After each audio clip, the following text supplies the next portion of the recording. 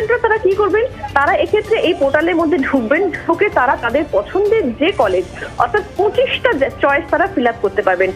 হ্যাঁ, জানি তোমাদের এখনও অনেক ফর্ম ফিল আপ নিয়ে সমস্যা রয়েছে, আজকের ভিডিওতে দেখাবো। কিন্তু তার আগে জেনে নাও যে কলেজে ভর্তির অনলাইন আবেদনে কিন্তু 24শে জুন থেকে 7ই জুলাই অবধি চলবে, এবং কলেজ প্রতিষ্ঠান ভিত্তিক কোর্স প্রোগ্রাম ভিত্তিক মেধা তালিকা কিন্তু প্রকাশ হবে 12ই জুলাই। ভালো করে শুনে নাও, 12ই জুলাই।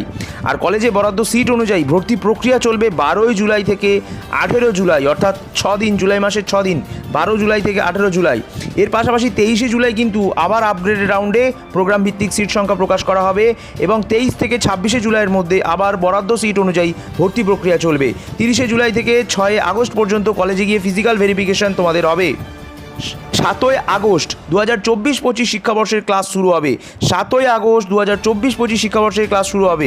এখনও অনেক ছাত্রছাত্রীর ফর্ম ফিল আপ করতে অসুবিধা হচ্ছে, তাই আমরা সেন্ট্রালাইজ অ্যাডমিশন পোর্টালে চলে এলাম, এবং পোর্টালে এসে একটু নিচের দিকে তোমরা নামবে। একটু নিচের দিকে নামলে তোমরা কিন্তু দেখতে পাবে একটি লগ ইনের পেজ রয়েছে। আগের দিন তোমাদের বলে দিয়েছিলাম যে কিভাবে রেজিস্ট্রেশন করতে হয়। রেজিস্ট্রেশন করার প্রক্রিয়াটা সম্পূর্ণ বলে দিয়েছিলাম, ফোন নাম্বার দিলেই কিন্তু ওটিপি দিয়ে রেজিস্ট্রেশন করে নেওয়া যেত, তো সেটা দেখিয়ে দিয়েছিলাম। আজকে বলবো সেই ইউজার আইডি ও পাসওয়ার্ড তোমরা আশা করি পেয়ে গেছো, ঠিক আছে? তো ইউজার আইডির জায়গায় ইউজার আইডি লিখবে, পাসওয়ার্ডের জায়গায় দেখতে পাচ্ছ পাসওয়ার্ডটা লিখবে। লেখা হয়ে যাওয়ার পর কিন্তু তোমরা লগ ইন করে নেবে, এবং লগ ইন তোমরা ইমেল দিয়েও করতে পারো। আর রেজিস্টার যারা করনি তাদেরকে বলে রাখি, মোবাইল নাম্বারটা দিলেই আর ইমেল দিলেই একটা ওটিপি আসবে, সেই ওটিপি দিয়ে লগ ইন ঢুকে গেলেই তোমার পার্সোনাল যে ইনফরমেশান, তোমার মোবাইল নাম্বার, তোমার নাম, যা আর কি, ডেট অফ বার্থ, জায়গা, অ্যাড্রেস সব কিছু দিলেই তুমি কিন্তু রেজিস্টার হয়ে যাবে। রেজিস্টার হওয়া মানে কি হওয়া, একটা অ্যাকাউন্ট খোলা।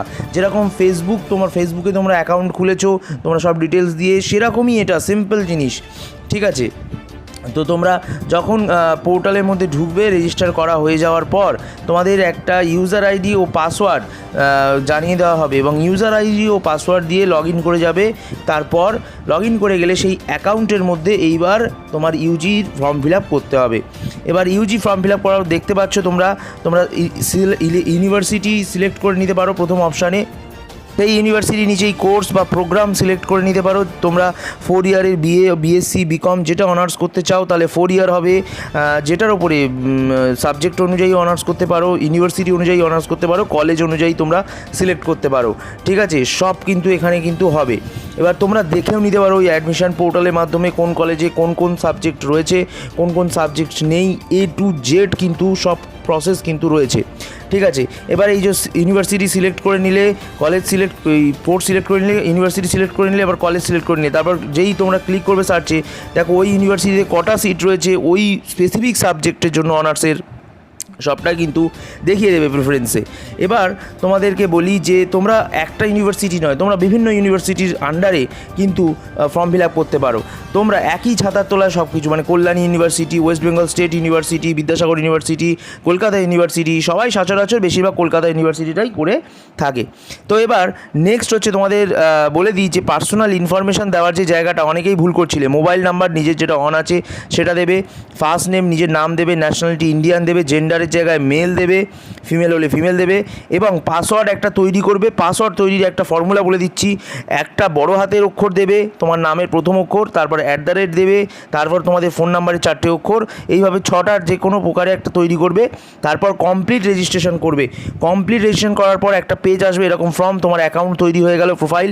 এবার এই প্রোফাইলটার ভেতরে সব কিছু ডিটেলস দিয়ে তোমাকে 100% পুরো কমপ্লিট করতে হবে, ঠিক আছে? তো প্রোফাইলটা যখন কমপ্লিট হয়ে গেল তৈরি করা, প্রোফাইল কমপ্লিট তৈরি হওয়ার পর তোমরা তোমাদের সাবজেক্টের যে প্যাটার্ন, সেই সাবজেক্টের প্যাটার্নগুলো সাজিয়ে দেবে। তারপর এই যে ফর্ম চলে এলো, ফর্মের মধ্যে তোমার নাম সব কিছু ডিটেলসে চলে আসবে, কারণ তুমি অ্যাকাউন্ট তো ক্রিয়েট করে নিয়েছো, ঠিক আছে? সব কিছু তৈরি হয়ে গেছে।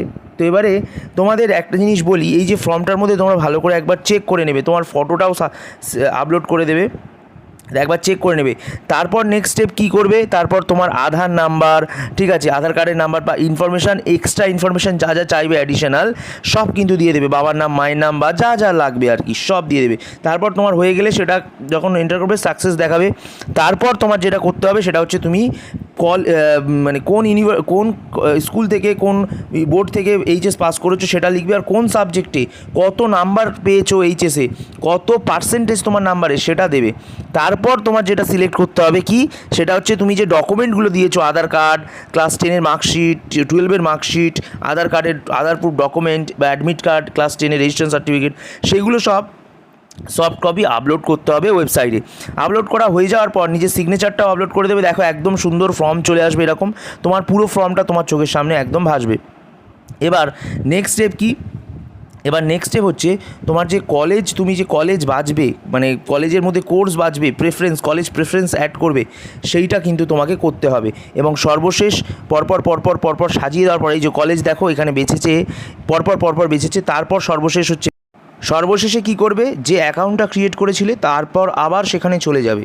অ্যাকাউন্ট ক্রিয়েটের সেখানে গিয়ে সেখানে দেখবে কমপ্লিট প্রোফাইলটা, মানে যে ফর্মটা তুমি ফিল আপ করলে পুরো পিডিএফটা সেখান থেকে ডাউনলোড করে নেবে এবং প্রিন্ট আউট করে নিজের কাছে রেখে দেবে এবং অপেক্ষা করবে মেরিট লিস্ট বেরানো পর্যন্ত।